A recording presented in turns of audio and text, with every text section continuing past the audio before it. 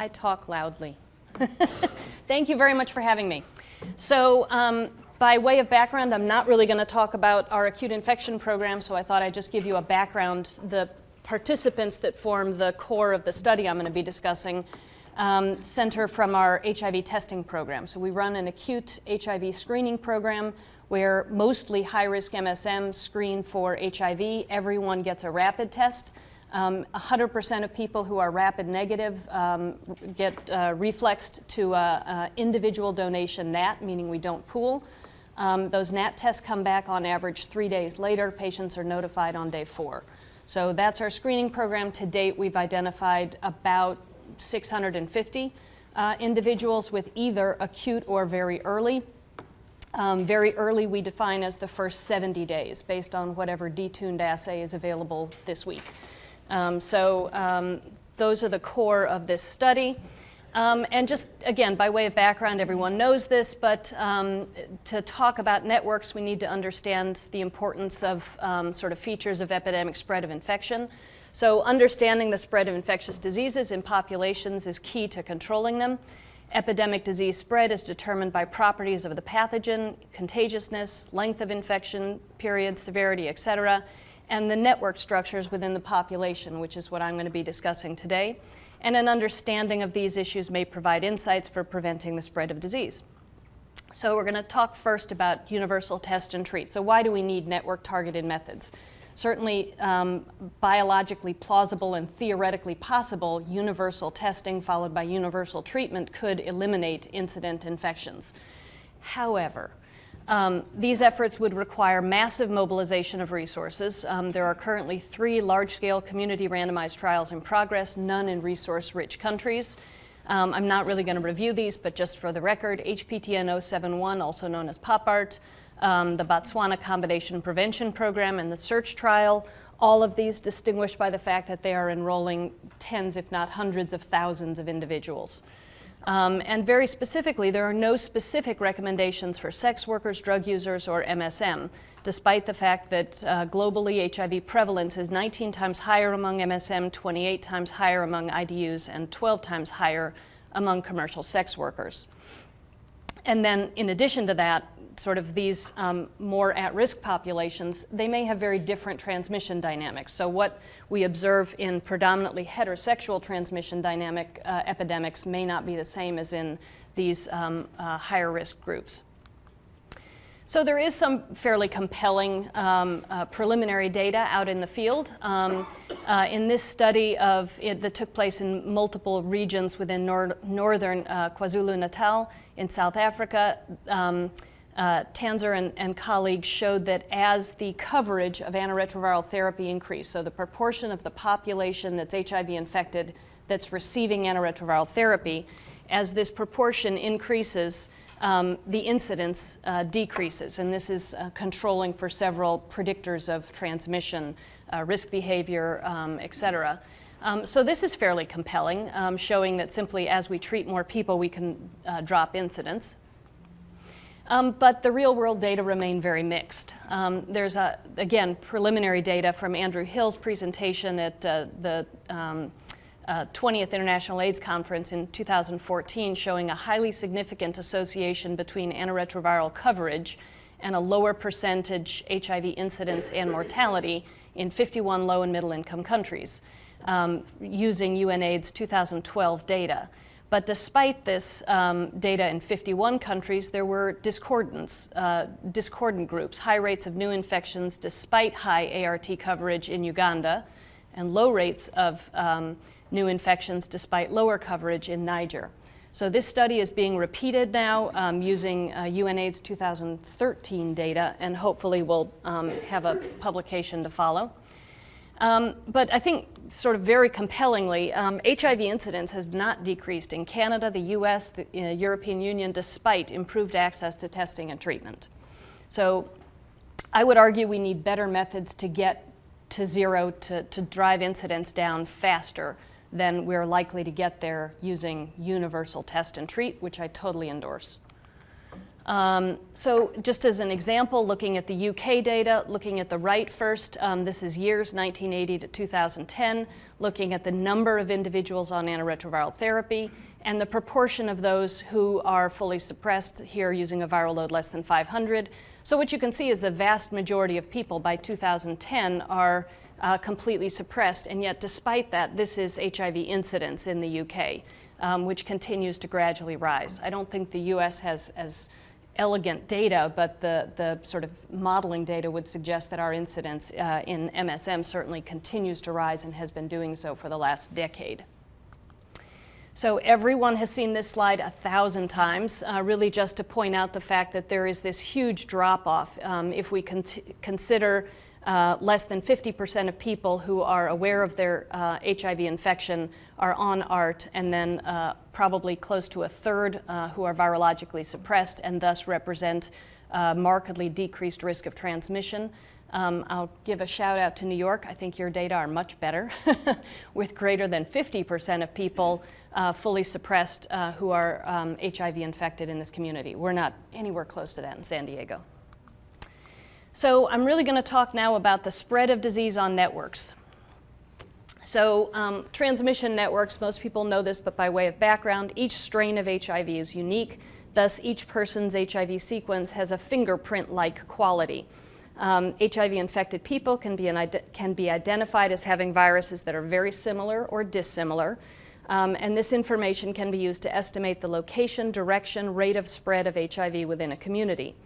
And then if dates of infection are known, transmission direction can be inferred. So that's one of the major strengths of our program, is that the vast majority of people we identify, we are able to estimate a transmission, an estimated date of infection, thus estimate a transmission direction, because we know the dates of often both individuals who are in the network.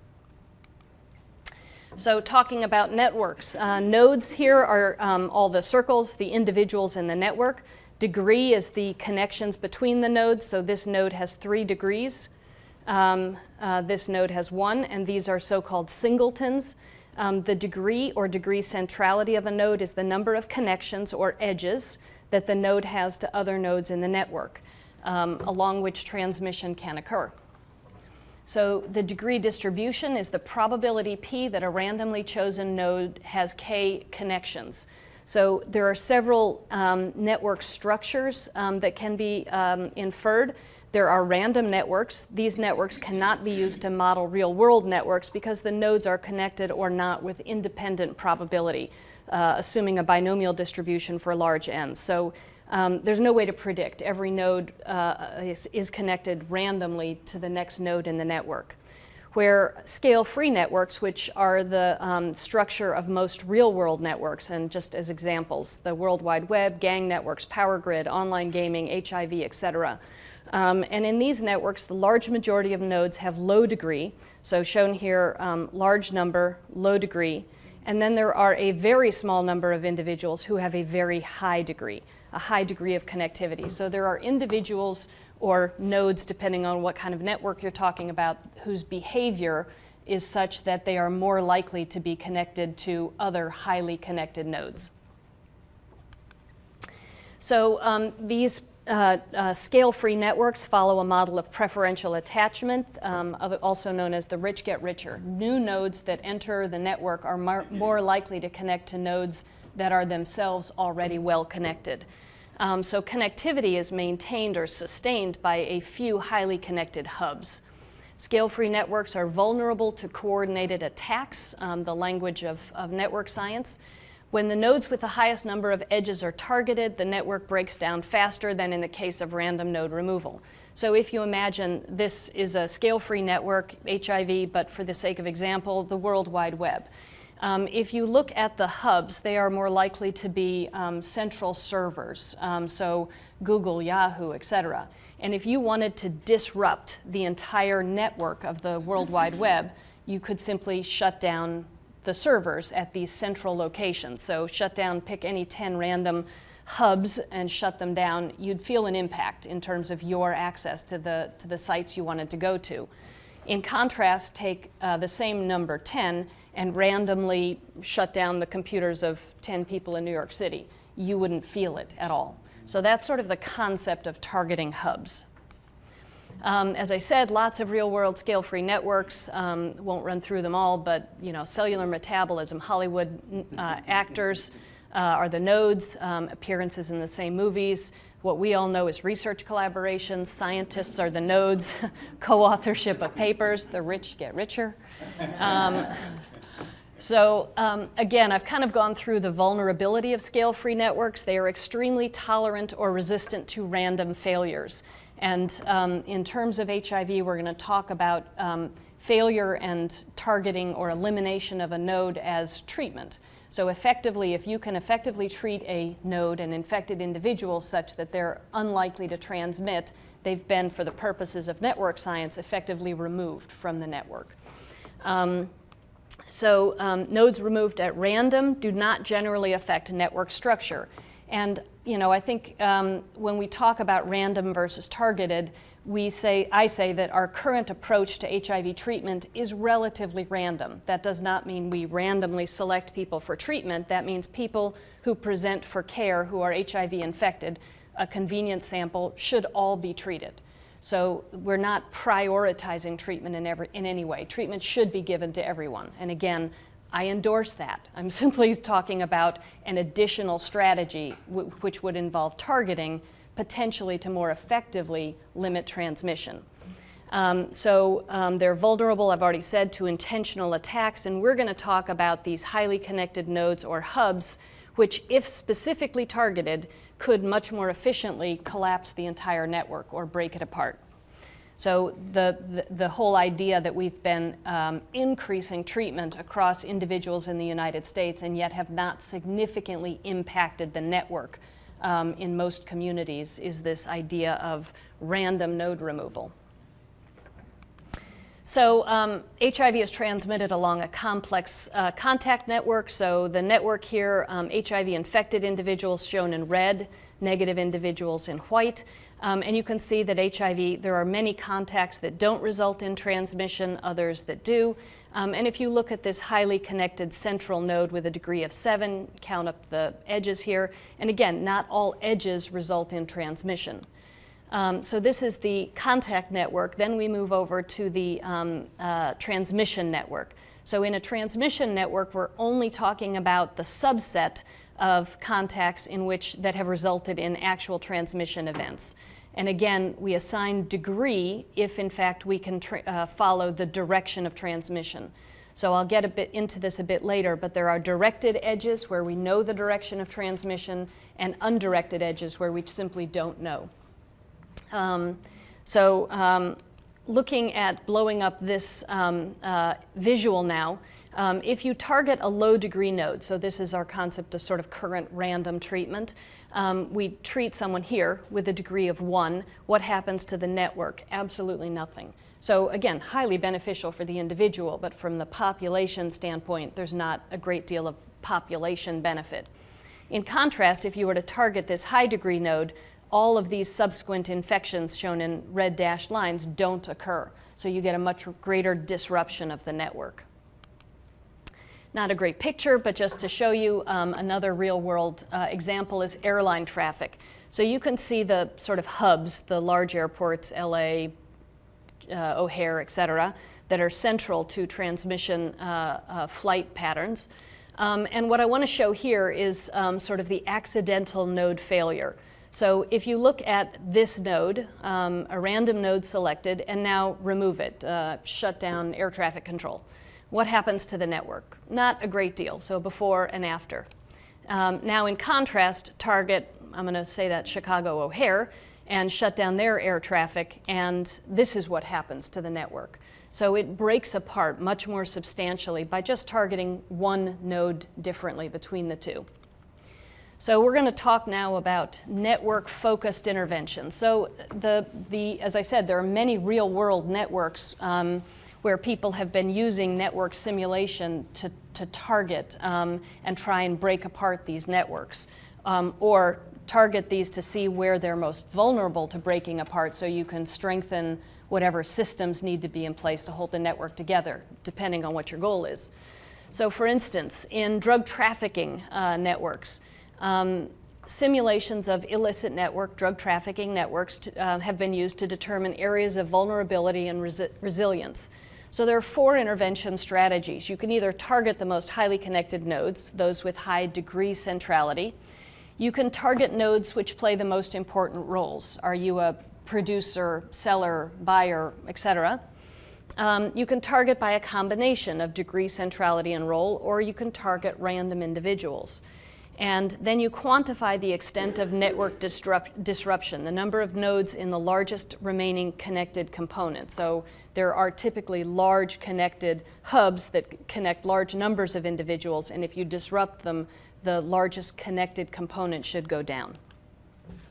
So these data show that if you target, here's the number of node deletions. So the goal is to have the biggest impact with the smallest number of nodes deleted in this case, and the size of the largest connected component. So this is the curve you want to be on, which in this case is a result of targeting central nodes and mixed, both those that are central and have a specific role.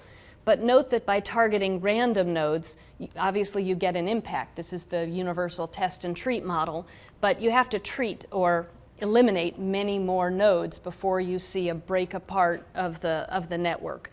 And I have to assume that these are some of the reasons that small-time drug arrests are no longer being prosecuted as much, because they don't impact the network. So there's a lot of cost to the enforcement officials, the prison system, and yet not much changes in the drug trafficking network. So these data are being used in fields other than HIV. But now we look at HIV. So this is a simulation of HIV in a network where they sort of build the network and then randomly assign 18% of the nodes to being HIV infected. That's the HIV prevalence. So in this simulation, you can then target random antiretroviral therapy, which is shown in red here. And this is the days of the network going forward and the number of infected individuals that are simulated to occur in this network propagation. So if you target antiretroviral therapy randomly, you see the network continues to grow, in contrast to if you target preferentially antiretroviral therapy in black to those highly connected nodes. Highly connected nodes become infected early, thus receive antiretroviral therapy earlier, and you can see that there's a marked decrease in the rate of new HIV infections in the network after 3 years. So these are potentially powerful, but again, simulations. So another simulation.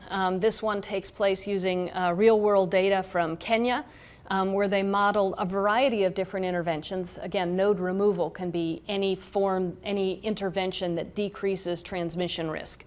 So in this case, they looked at circumcision, behavior change, early antiretroviral therapy, and PrEP. And they looked at both a uniform versus a focused intervention strategy. So uniform, universal, random, whichever word you choose. In the absence of any intervention here shown in blue, this is years 2010 to 30, the number of new infections per year in thousands remains relatively stable. The uniform approach, which is again making all of these services available to those who are HIV at risk or infected, shows a significant decrease compared to no intervention at all. But, and here's the key, with no additional spending, by focusing intervention approaches on those that are most at risk, so again, central or high-risk sex behavior for PrEP, et cetera, you can reduce the annual HIV incidence by 33% in this model.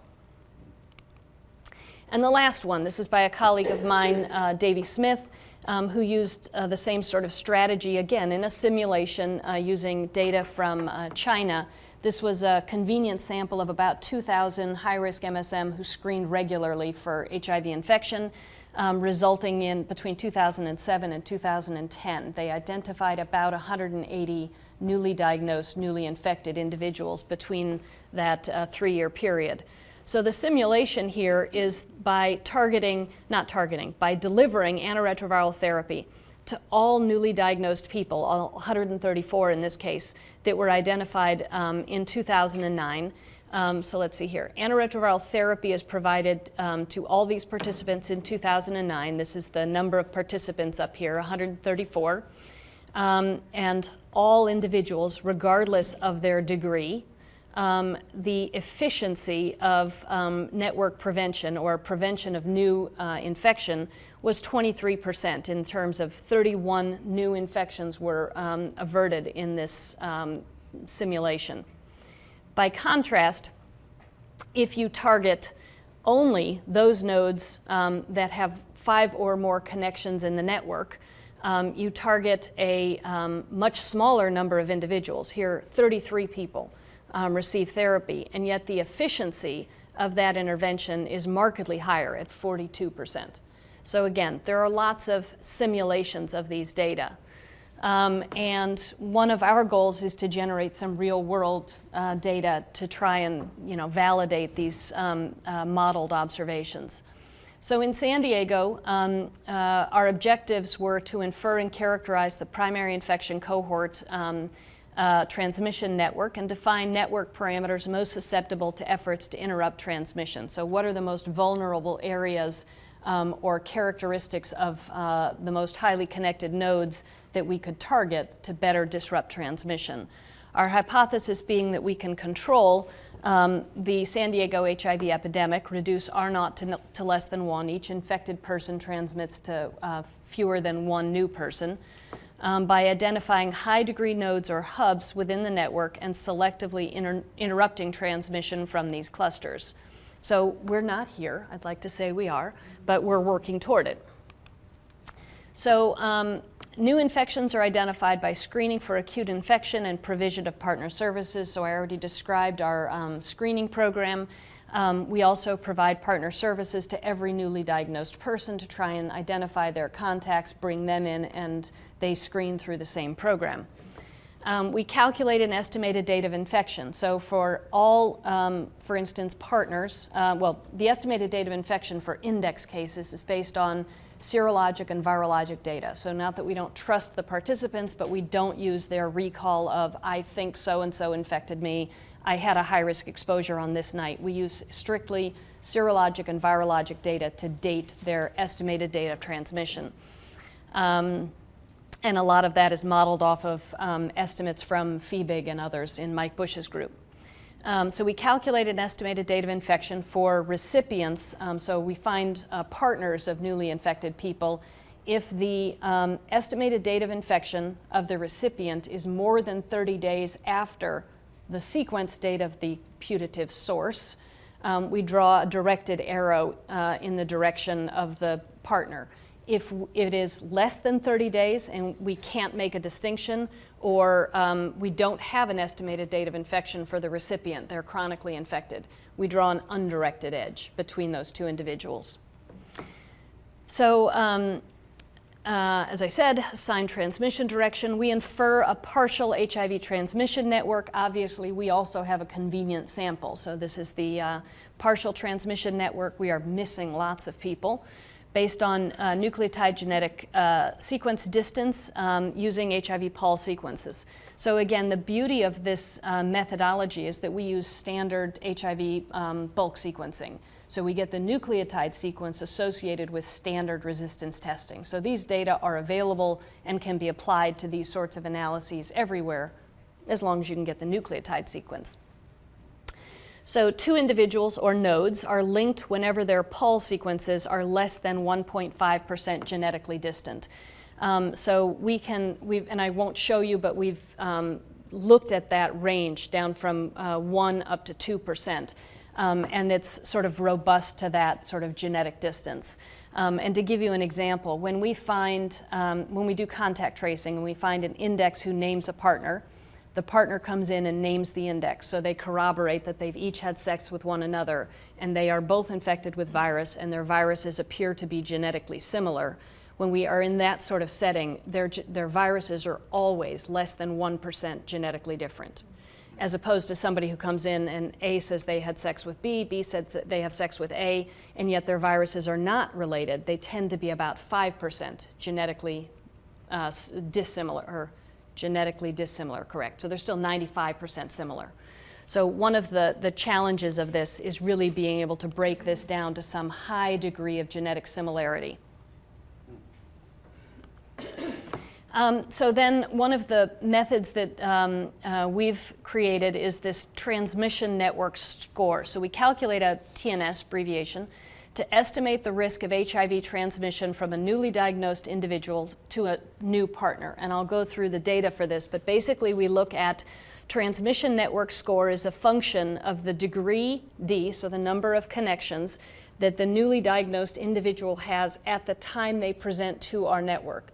So again, to me, the beauty of this system is we are using only data available the day they present to our network. We don't need anything else. We just need to know what their position in the network is on the day they present, no subsequent data.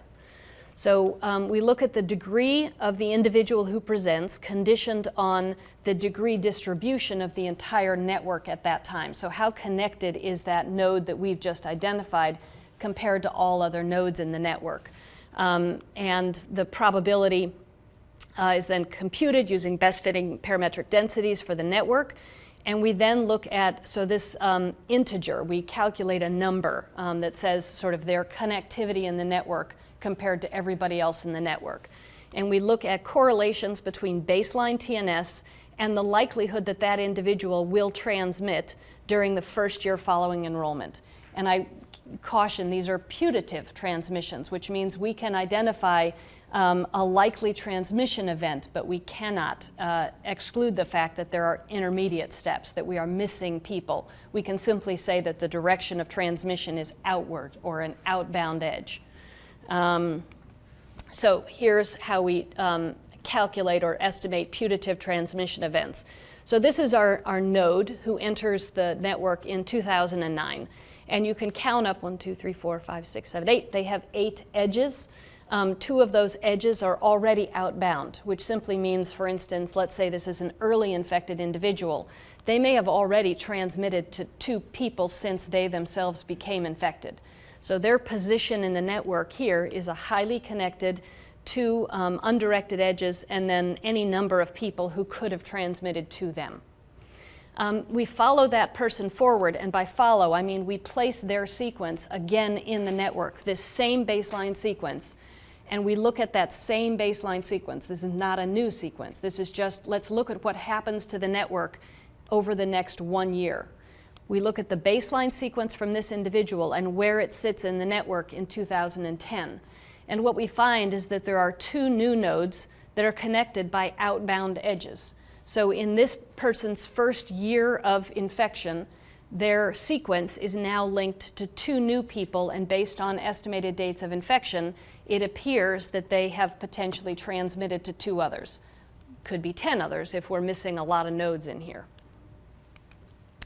So these are the baseline characteristics.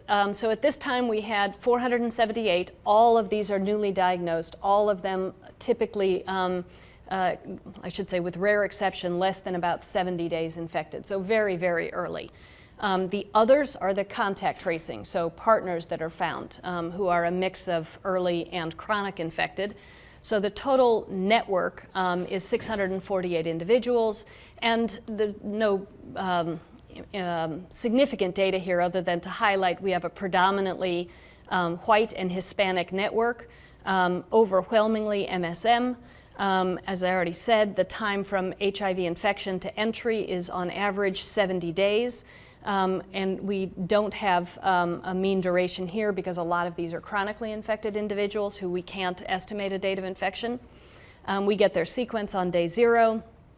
And a lot of these individuals start antiretroviral therapy.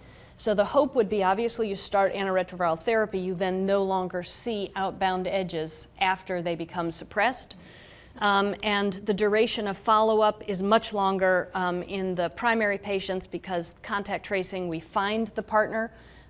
We now follow them prospectively, but historically we simply find them, sequence them, estimate their date of infection if possible, and then refer them to care and treatment elsewhere. And not surprisingly, acutely and early infected patients have higher CD4s and higher viral loads than more chronically infected individuals. So this is the makeup of our network. The degree distribution, again, scale-free, as with, yes? Can I just ask a question to go back to the previous slide? So if you're tracing their partner, Yep. non-HIV positive partners that were traced, are they? Not represented here, yeah. So we have I'll show you, I can review our partner tracing data, but these are only the positives. But are they in your sample? They're in our sample, yes. So we are including, however many this is, 170 HIV-infected partners of these individuals. And again, I don't mean linked, I mean HIV-infected. And then we see how many of them are linked, yes, no. And I'm actually not going to show you these data, but I can tell you among the HIV-infected individuals, so A names B, B comes in and gets tested, or we do third-party notification, B comes in and gets tested, and that person is HIV infected. Only 50% of the time is that person genetically linked to the person that named them. So people are wrong a lot. Yes? I was going to ask, if you took a random sample, how quickly could you, a random sample biologically, how quickly could you map that to your network? I think I'm going to get to your question, but just to clarify, do you mean if you were to randomly target nodes, how effectively could, no. Randomly, just randomly select from the sequences provided to you from any source. Oh, how quickly could that be matched back to the network? Within, I mean, we can do the inference of the phylogeny quickly in a day. That can be done. Yeah. And so how does that fit in actuality to your network? So this is all done retrospectively. Yeah. Okay. The goal now is exactly what you said, is to do it prospectively. So now that the methodology is worked out so that we can run through large numbers of sequences very quickly, the day we get the sequence, we can place that node in the network, infer the network, and theoretically target in real time as opposed to all of this, which is retrospective. So again, shown here the degree distribution. There are a large number of nodes, individuals, who have a very small number of connections, and a very small number of nodes who have a very large number of connections. So this is the transmission network map. Shown here are only the connected components of the network. So about 50% of people in the network. Every new node that is identified has about a 50% chance of being connected to someone else in the network. So the 50% of nodes that are singletons are not shown on this figure. And it's a complicated slide, but really all you need to focus on is sort of what you would expect, that in a scale-free network there are nodes that are highly connected and nodes that are poorly connected, for lack of a better term. The red is our TNS. So the TNS, as I said, is an integer scaled from 0 to 1 that we believe reflects the likelihood that that individual will transmit. So the darker the red, the higher the TNS, and we believe the more likely that these individuals are to transmit. And not surprisingly, the dark red nodes are associated with highly connected clusters.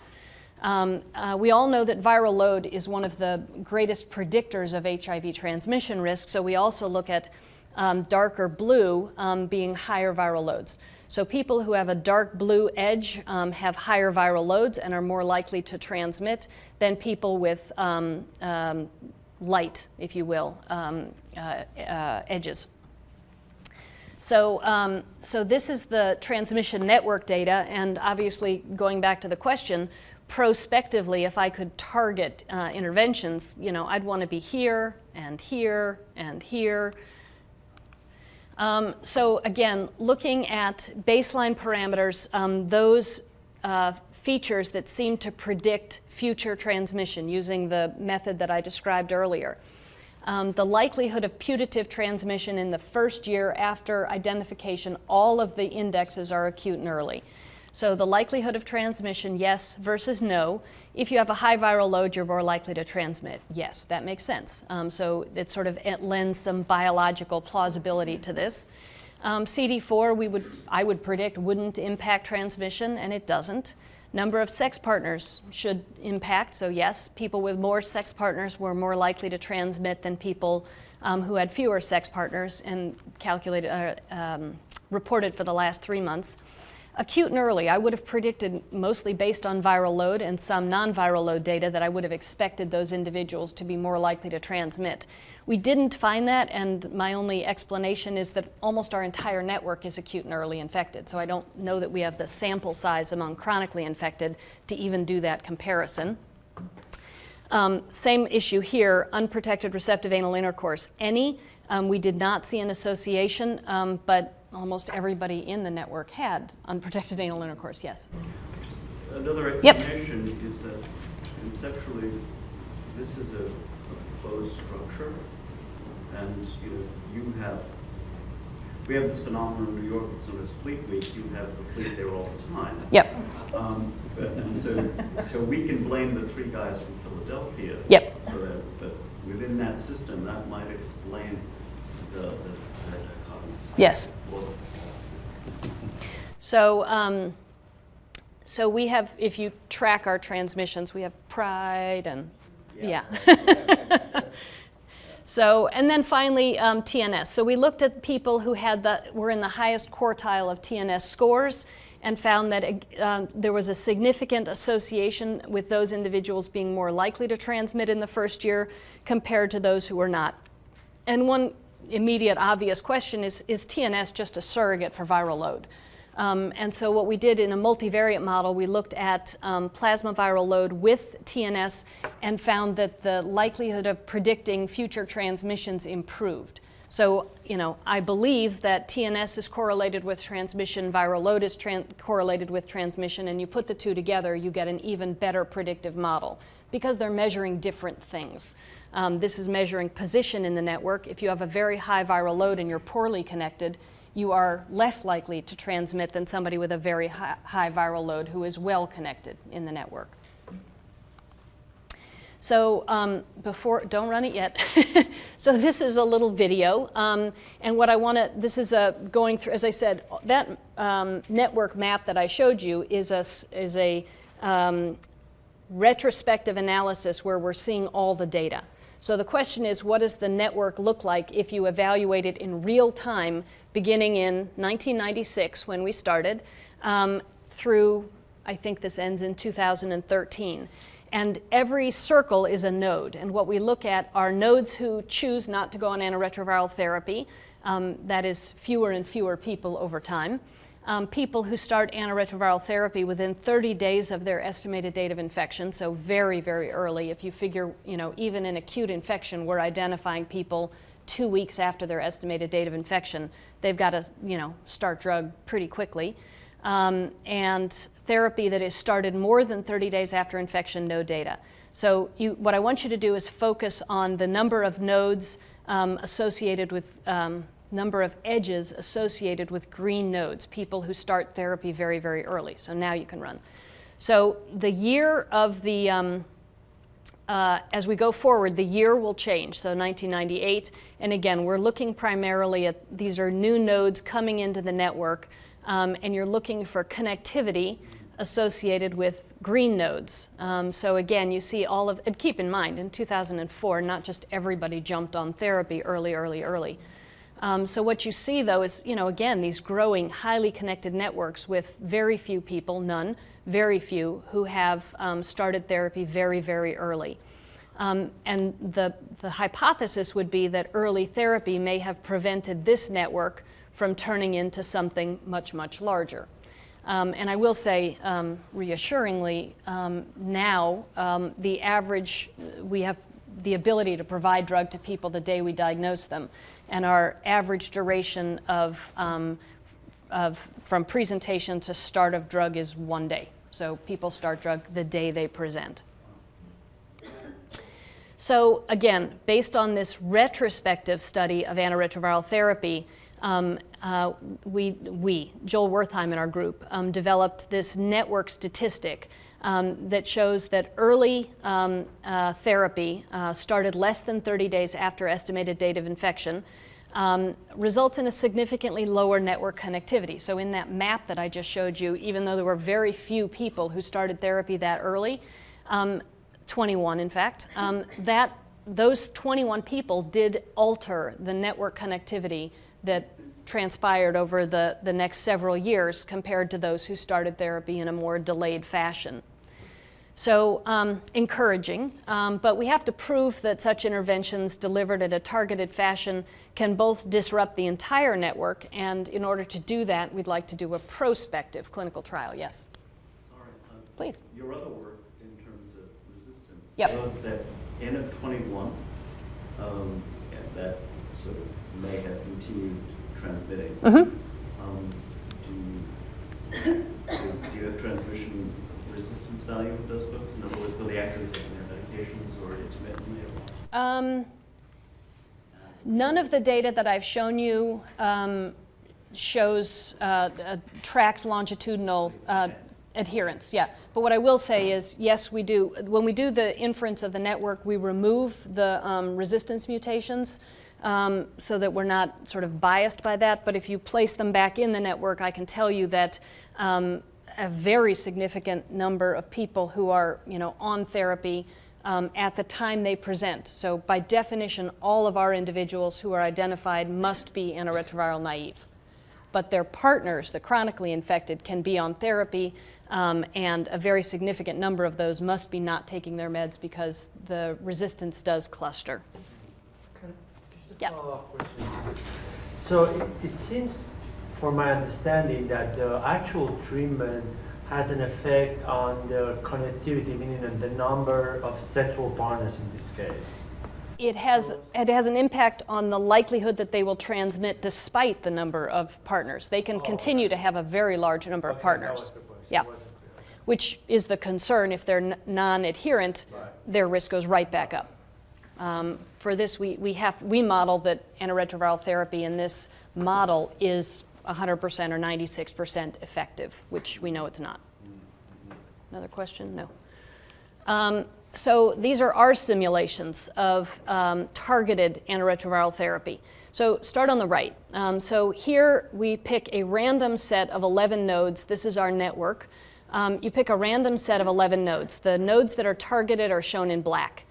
The likelihood that targeting these nodes with 100% effective antiretroviral therapy would disrupt a subsequent transmission is shown by the darkness of the red. So in this case, targeting this individual, you're pretty much likely to prevent 2 transmissions and maybe a couple of others, 33%, 16%. So you can estimate the likelihood that targeting one node will prevent transmission. But you could also argue from a population basis that there are so-called wasted efforts. Target this individual, good for the individual, but doesn't do anything for the network. So this is the concept of sort of random delivery of antiretroviral therapy. Our simulation is we choose to target the 11 nodes with the highest TNS. In this case, greater than 0.9. So this is a small number, same number, 11 nodes as over here. But we target these highly connected nodes. And then the question is, how many transmissions do you prevent? And again, you see with a high degree of probability, all of these red nodes are now prevented. And of note, you target this individual, there's a probability associated with preventing very downstream transmission events. So there's a cumulative effect of targeting a highly connected individual in terms of preventing one transmission. That transmission would have transmitted to others. So hopefully there's, as you go forward in time, a significant amplification of the effect. So how reasonable is it to think you could even do something like this in real time? So this is a schematic. We have not done it, though we're trying. So patient is identified. They enter clinical care. As part of routine standard of care, everybody gets a drug resistance test. The drug resistance test typically is performed in a centralized laboratory. The centralized laboratory has the nucleotide sequence. They give us a report that just lists resistance mutations and likelihood of associated resistance. But they're actually doing this because it's part of their screening for contamination, et cetera. Early on, they used to call me every single time they got an identical match saying, is this contamination or do you have data suggesting that's a partner pair? So the central labs have all of these data. And they then give you a report. But what if they gave you a nucleotide sequence, or better yet, a transmission network score, and that might impact? Now again, at the time I did this, the guidelines had not yet changed to say universal therapy. I am still a strong proponent of universal therapy. But the question is, if you have two people in your clinic and one has a TNS of 0.9 and one has a TNS of 0.2, both should go on therapy. But the one with 0.9, for exactly the reason we discussed before, you need to follow that person perhaps a bit more closely. They need to be adherent because they are in a very highly connected network. Yes, we should follow everybody for adherence, but with the resources that are available, I use this as sort of the DOT model. Are there people that really should be getting DOT-like therapy as opposed to, reliable people who we think can take drugs, and if they fall through, the usual adherence education, are not likely to have a big impact on the network. So the overall goal is thus to reduce transmission in the network. So this TNS score is correlated with transmission risk behaviors and outcomes. We believe it can be used to identify and target effective prevention interventions like ART, but many others as well. And I would argue we can even use this to test the efficacy of alternative strategies. If we come up with some incredibly effective risk reduction intervention, we should be able to follow putative transmissions just like we can with ART. ART is a good indicator because if effective, it's close to 100%. So while universal testing and treatment remain the goal of an effective prevention strategy, targeted prevention efforts to persons with greatest risk of transmission, high TNS, degree centrality may offer a more efficient use of prevention resources and provide a greater reduction in network incidence. So our goal is to perform a prospective real-time network-informed meaning using targeted intervention trial to evaluate the impact of HIV incidence. So specifically, while offering therapy to everyone, going after is not the right term, focusing our resources in terms of adherence counseling, treatment, partner services, et cetera, on those with the highest TNS, can that more substantially reduce network transmission than simply providing therapy to every newly diagnosed person. And we want to assess the potential of molecular epi and network statistics to measure the efficacy of antiretroviral therapy as a network-based prevention intervention with the same hypothesis that I presented earlier. We'd like, if we can be fairly effective at this, to reduce R0 to less than 1 simply by targeting resources to high degree centrality nodes. But why isn't this being done widely? Well, there are obvious issues related to privacy. So current techniques, I emphasize over and over, are not reliable enough to estimate the direction of transmission with certainty. So we can typically identify, we think, the direction of transmission, but HIV transmission, intentional HIV transmission, is a criminal offense in many states. So there's lots of concern about how these data would be used, could be used. Similar strains may be found in many more than 2 individuals, especially if they're part of the same transmission network. So the example I often give clients who present is if an individual newly diagnosed has a very high TNS, they may have one partner and they may not be lying.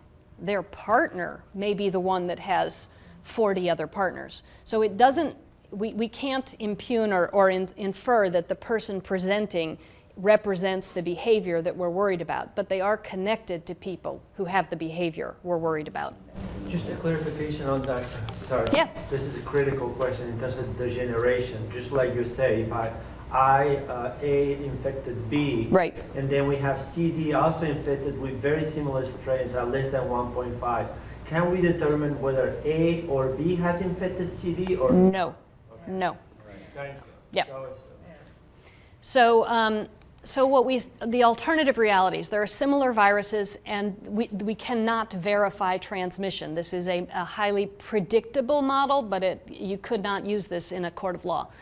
Take that back. People do use this in court of laws. You shouldn't use this. You can only infer a likelihood, not a certainty, a likelihood, and frequently the direction of transmission. So we have 4 individuals in our network, and we infer the likelihood of transmission direction, et cetera. But if you have unsampled individuals, you add these individuals to the network, they're not known to us, they're not in our network. It could change current network connections. So in fact, this is what the real network looks like. So all of these people are still connected, but this is not, A transmitted to this person, not to D. They're both highly connected. And this is why I would argue in a court of law these data should not be used in the absence of other corroborating epidemiologic data, semen, et cetera. However, the directionality, you have a higher degree of certainty? Yes. So these data cannot unequivocally be used to prove transmission. So transmission and the law. So these are the states that, I think this is now 2 or 3 years old, that have HIV-specific criminal laws on their books. I hate to say it, I think California wins. So where does this stand? In 1990, Congress passed the Ryan-White Care Act. It mandated that states criminalize the intentional transmission of HIV. In 2000, Congress reauthorized the act but removed the criminalization requirement. Many states, unfortunately, have kept these laws on the books. So 32 states currently have laws that criminalize transmission of HIV. 25 states criminalize one or more behaviors that pose low or negligible risk for transmission. Spitting. These laws obviously perpetuate and condone stigma, discrimination against people with HIV. So, Ryan White, it says intentional transmission. Yes. Right? These other laws are more general? No, they criminalize behaviors that pose negligible risks. So if you spit, and then one of the cases is Texas, somebody intentionally spit on someone else. Right. And so in the court of law, you would say that person intended to transmit HIV. Right. Proof of intent is where these cases get held up in court. But if the act was intentional, I intentionally had sex with someone. 32 states that criminalize transmission, is that intentional transmission? Yes. That's intentional. It's intentional transmission. The problem is proving intent. Right. So, Right. yes. So lots of cases come up on state,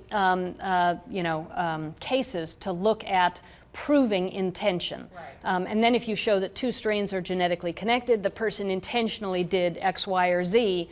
If you can prove, beyond a reasonable doubt that the act was intentional, then you can prove transmission.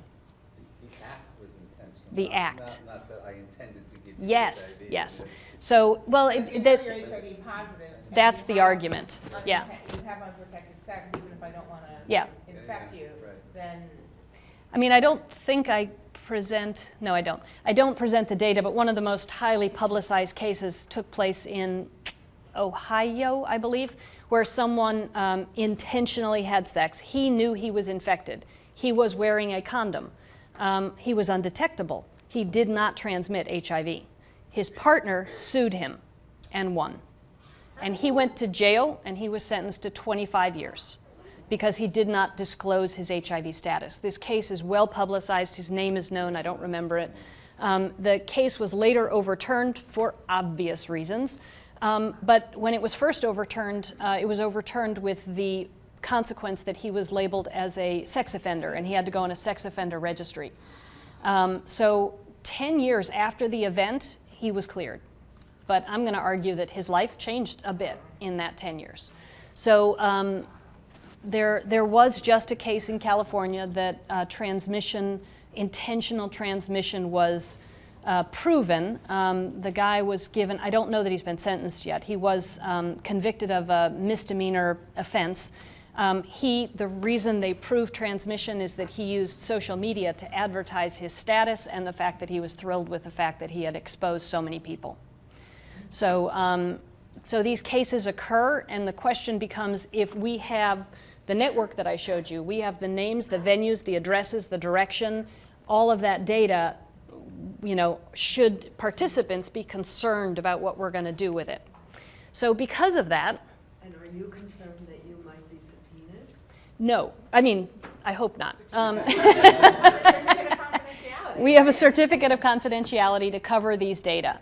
So under, threat of subpoena, we don't have to release the data. It did force me to go to the books and see how often has a certificate of confidentiality held up in court. We all get them, but do they work? They appear to work. There are very few cases. There are just so few cases. They have not worked in other countries. So in the UK, there are many countries that won't do this kind of work because they don't have the equivalent of a certificate of confidentiality that holds up. And you couldn't do it internationally yourself because the U.S. certificate won't hold up. Correct. So, because of all of this issue, I delved into the issue of patient confidentiality and the ethics of this sort of science. And now I'm working with the head of our ethics department. We have an ethics grant to evaluate the ethics of doing molecular epi and how we can share these data, because I don't think we would ever be blameless if anything happened, but I think the bigger concern is the potential of molecular epi methods have been recognized by so many people. They are being used. They're going to be used. They're going to be used in the public health setting. So the same restrictions that we have on our data may not always apply, and in particular, as the data become more and more well-known, will there be an issue? There are not policies and procedures in place to guide people who are doing this sort of work. So I'm hoping one of the things we can help with is taking those steps towards developing some of those recommendations. How were privacy issues perceived among the people enrolled in your study? Is that a major concern for them? Or? No, but I will say, even though we explain it, I think the vast majority of people that enroll in our study don't know what we are capable of, don't know what we can do. So we explain to them, and what we explain to them is we are trying to find people that you've had sex with. We are trying to find out if their virus is linked to you, yes or no. We will not tell you, and we will not tell them. So if you bring in your life partner and she is infected and we demonstrate that you are connected, we will not tell you. So they have to know that going forward. So people who are like, I think he did it, we won't help you. And we tell them right up front that the data are not available even in a court of law. So that's the hope. But in terms of being able, one of the things that became clear in this ethics study, because we're interviewing HIV infected, uninfected at-risk, and healthcare providers, both MDs and non-MD providers, sort of what's your understanding of this and what's your thought about proceeding with it. I will say the vast majority of people say, great idea, we should be doing this. But then you get down into the nitty-gritty. If you're a negative person and we identify you as that hub, what do you think that means? And the concern is, well, maybe people wouldn't present to test as often if they thought they were going to be labeled in some way. So we're still not at the stage where I can say we know how to use these data in a real-world setting. But we're, I hope, getting closer. So the goal is to develop and deploy privacy-preserving methods for analyzing network dynamics in order to share predictions about future network growth with quantitative estimates of privacy risk. So obviously, huge public health benefit, but potentially some risk to individual privacy, and sort of figuring out how to level this is what we want to do so that there's adequate protections in place. And we think we've got some strategies to do that. TNS is one of the easy ways where I can give people a score, but no real information on who they're connected to. But again, if you're the public health department and I give you a score of, of one individual, what are you going to do with that data? Go find that individual? I just told you, they may have one partner. They may not even know that their partner has 40 other partners. So again, what are you going to do with the data? And that's why at this point we don't share the data with anyone. But there is an ethical dilemma. You find that hub. Should I be sharing that with somebody? So that's the challenge. Fascinating talk. Thank you. I'm just trying to understand how the nature of a connection is accounted for in the model, which is to say, a connection is a connection if you have one instance of instance Yep. or 1,000 instances of connection with that same individual? In this case, we are only drawing one. In other words, once you are connected to an individual, whether you have one contact or 4,000 contacts, your sequence and their sequence are connected. So I don't know if you had 1,000 contacts over a 5-year period, I wouldn't know when transmission occurred, other than the fact that we think we can date most of ours. But again, even within the confines of our confidence intervals for transmission, I can't, the transmission occurred on this date. I just know it occurred in this window. But it doesn't tell me anything about which contact, in what setting, whether you had one contact or 40 contacts. Is that an instance where asking the individuals involved about the extent of their contact with others might be a relevant additional piece of? Yes, and we do. Yeah. So we ask everybody, not only do we ask them to name partners, what did you do with that partner, in what position, how many times, under what influence, et cetera. So the model can get very robust. Who'd you do and how'd you do it? Yep. The techniques are not clade dependent. Are not what? Clade dependent. Correct. But if you had a non-clade bee in San Yeah. Diego, you'd expect a halo around it. Yep. Would you not? Mm-hmm. Have you found that? No, because we have less than about 1% of people in our network that are non-clade B. And the technique is robust enough that when we get, it's not just different clades, we can tell this strain is from San Diego, this strain is from San Francisco, this strain is not. Again, data that we've looked at from our old HIV acute infection early disease research program, we've got sequence data from the resistance studies that I did. We can look at those data and say, this infection originated in New York. Whether that person came here or you went there, I don't know, but we can find all of those things. And do you indeed see halos around them? I don't think we have sampling density sufficient that I can say that. So we do account for, and we are now collecting travel migration data. So for us in particular, travel across the border. So are these infections starting in San Diego, starting in Mexico, et cetera? But there's no doubt we can see, for instance, there'll be a hub that follows a white party in Palm Springs. And everybody's infected with the same strain, but it probably came from there. This is fascinating Mm-hmm. conversation. I'm actually working in the idea of preventing HIV in young injection networks. Mm-hmm. Say in the country of Colombia, where Yep. there has a new huge wave of new injectors due to the production of heroin in the country. Mm-hmm. Now, I'm thinking these techniques you have developed could be amazing to identify how the HIV gets introduced into the injection networks, because our Right. HIV-free at the moment of initiation, and B, the spread of the HIV within those injection networks. Yes. Now, that, it seems to me, will not necessarily require identifying the subject, just having the different blood samples. Is that correct? Yeah, you can do, well, yes and no. You can do all of this using de-identified samples. One of the challenges that we ran into when we tried to publish these data is they want us to publish our sequences, the nucleotide sequence. So if I'm a lawyer and I know that my client, Bob, is infected with strain X, I sequence his strain, and then I just run it against the entire GenBank database. And I get 3 hits, and I look for, they're in San Diego, they're in, in the descriptors associated with it. So the sequences are highly identifying, unique, essentially. So if you could identify, the example we typically give is if you found that the strain that you were linked to is a 15-year-old, because you're trying to prove, I don't know, statutory rape or something, we don't have that many 15-year-olds in our database. So there are identifiable components that don't require that you have PHI. So again, the example is always STD contact notification. If you have if somebody contacts you and says you've been exposed to syphilis and you should get tested, if you only have one partner, you know, and yet there were no HIPAA rules that were violated.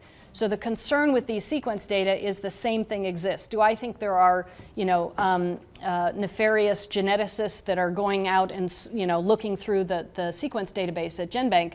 No, but is it possible? Yes.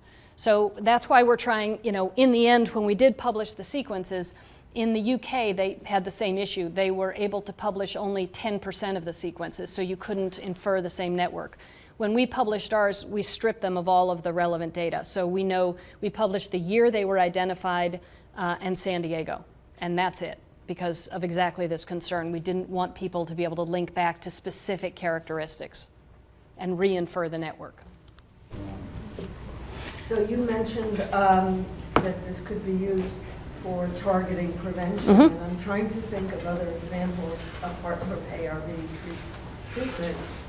It would have to be a prevention approach that reduces the probability of transmission, Mhm. right?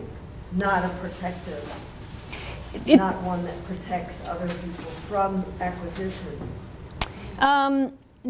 Yeah, exactly. Not as likely. Because you're right. You could still do that. If you'd have to be much more, it would have to have a big impact, so PrEP. If you were able to saturate a network with PrEP, you should see fewer outbound edges because your susceptible pool has decreased. But it is much, I can, quote, target one person to antiretroviral therapy. That one person, they're a hub because they have a lot of connections. So if you're doing a prevention intervention, you have to be much more effective in terms of reaching all the contacts before you'll see an impact of onward transmission. But theoretically, both could be done. The other thing that this is very helpful for is looking at bridging across networks. So you see these hubs, one group, not in our network, but in others. Our network is overwhelmingly MSM, but if you look at networks where you see we're now using our data and looking at the network across the border, you have MSM networks and you have heterosexual IDU networks, and then you see a few bridges. And again, if you want to talk about interrupting transmission, a bridge between two hubs might be another place that you'd really want to target because you're introducing HIV into a completely different network, theoretically. So I think kind of following up on Jack's point of like, if some of this estimation is sort of contingent on thinking about the prospectively, like the likelihood of a transmission, then all of these other pieces come in terms of like proportion of acts that are protected, Yep. And also like number of actual acts and these different Right. kinds of things. So I'm wondering if that's something that you're able to account for in these models and when you're sort of depicting. We haven't done it yet, in part because self-report is so bad, but I do think we can look at that prospectively because we collect all the data on individuals. So this is fairly simplistic right now, but in the prospective modeling, we are trying to account for ongoing risk, et cetera. I mean, I think one of the things that's the reasons we didn't try that with this model was that we have collected risk behavior. And like Mark's data, Gary Marks showing that in his meta-analysis that risk behavior decreases when you simply tell someone they're HIV infected. So people modify their risk behavior. When we follow our participants from diagnosis forward, we see the same thing. We ask them about their behavior before they were diagnosed, and we follow them prospectively, and the exact same thing occurs. There's a marked drop-off, and then they're back to baseline by 6 months. Well, that's one of my questions. Yeah. When these nodes become aware Yep. of what's happening, and I'm wondering, like that, I guess after 6 months they just go back to their regular behavior. But similarly, if you're on medication and you think you're doing pretty good, you don't have any symptoms, Yep. you're not totally adherent, but you're Yeah. not aware that the virus is, reproducing in you. Yeah. So you think you're pretty good, but you're not. So you think you're not infecting, but in fact. Yeah, and I think certainly my experience with PrEP is such that clients now come in and they're I believe, less likely to disclose their status to their partners because they are fully suppressed. And I try and counsel, you're fully suppressed today. Next week, next month, if you have an intervening STD, if you get super infected, the best you can do is believe that you're not infectious to others. But I think there's a greater feeling like, we all have the means to protect ourselves. You take PrEP, I'm taking ART, it should be good. So, we're seeing lots of STDs, and the question is, will we see a change in transmission dynamics? And my vote would be probably not, but PrEP is also pretty poorly utilized in San Diego so far. So you also kind of alluded to not really relying a lot on some of the self-report. And something I'm thinking about, if you could just kind of comment on how good you feel about the actual reporting of partners. And I'm thinking about less about the people who are reporting 40 partners and more about the people who are reporting very few, but not wanting to report like that certain, one-off partner or different people. We've started to look at this. We use a CASI, a computer-assisted self-interview, to ask all of these questions about, who did you have sex with, named the name, et cetera. After the questionnaire, they meet with a caseworker who then says, now going back, you because they take notes during the questionnaire, you named one person, the questionnaire is not for contact tracing. We will not contact these people under any circumstances. You can give us any name you want. Now I'm going to talk to you about contact tracing. We've actually reversed the order because clients get confused. But we talk to them about contact tracing. The names you give me now, I'm going to go and try and find them. But when you walk into this room, no one, and specifically the clinical staff, will never see. So you can be, I used a condom with every sex act, or I never used a condom and I'm not going to know. So we do ask that. Now, having said that, we've started to look at the reporting of risk in the case report form, one-on-one with the nursing staff versus on the CASI.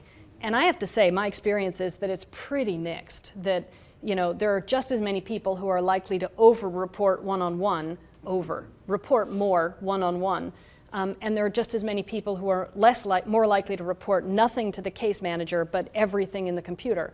It's not a consistent trend, which is what most of the literature would suggest, which is people are more likely to report sensitive risk behaviors on a computer, questionnaire. So, and I think people report a lot. So I think, going forward, I think using self-report is something that we would like to do.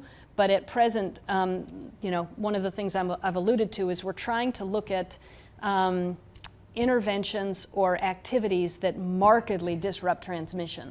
And right now, sexual risk doesn't seem to change enough to be one of those parameters. If we get better at this, then yes, then I think if we've got 10 people who are on antiretroviral therapy and 100% suppressed, then the question would be, now let's start looking. If you're suppressed, how did you have an outbound edge? Those sorts of questions. I was wondering, you've alluded to this actually throughout the presentation, but I was wondering if, how do I say this, like how the people that are not included really impact the actual outcome, because I think I don't know in terms of who you're recruiting, who's not getting taken up, and what that means, and if you have a sense of the network of MSN in San Diego overall, and how that differs from what you see, and whether or not that's going to impact. Yeah, if I were going to write a grant, that is the question. That's a very good question, and it's how do we account for missingness? We have a convenience sample, and there absolutely are. It is a very complicated statistical process to try and represent and account for the number of missing individuals. And then how do you account for, those individuals? So within the MSM network, we have a reasonable estimation of the size of the MSM network in San Diego. I do not believe that every MSM is at risk for HIV. There's probably a core group who are sort of big transmitters, and then a group that are having occasional sex who are at risk, and then there are people that are not at risk at all. So you can't, the denominator is not MSM. So it's trying to figure out, and that's why we have terrible incidence estimates. What is the denominator? And no, I don't have a good method to do that. So I always have to, the caveat, these are very biased, convenient sample data that probably represent the higher risk individuals, because the people who seek testing are the people who know we're doing a NAT test and don't go to the public health department because they want to know if they were infected in the last 2 weeks. And I'll just give you one more piece of data related to our testing program that we're trying to evaluate now. Because we do NAT testing, we tell people, you're NAT negative. So that means that whatever you did 2 weeks ago wasn't sufficient to get you infected. The concern we have is that when you follow, lots of these people are repeat testers. Their risk goes like this over time. So as their risk increases, are they interpreting what we say as, whatever you did was not enough to get you infected, good job. See you in 2 weeks, 3 months, whenever you next come in. So is there an interpretation that I'm good, now I can be less worried about my risk behavior? So there is clearly an increase in risk over time, and we now have a score for the negative group too. Once you achieve this score, your probability of getting infected in the next year is 20%. But yeah. So maybe one more question. Did you have any, was there anything else you wanted to sort of wrap up? I think I had yeah, that's it. I had an there's my acknowledgement slide. So you can stop. Yeah, I acknowledge. So yeah, lots of people refer us patients, so thank you.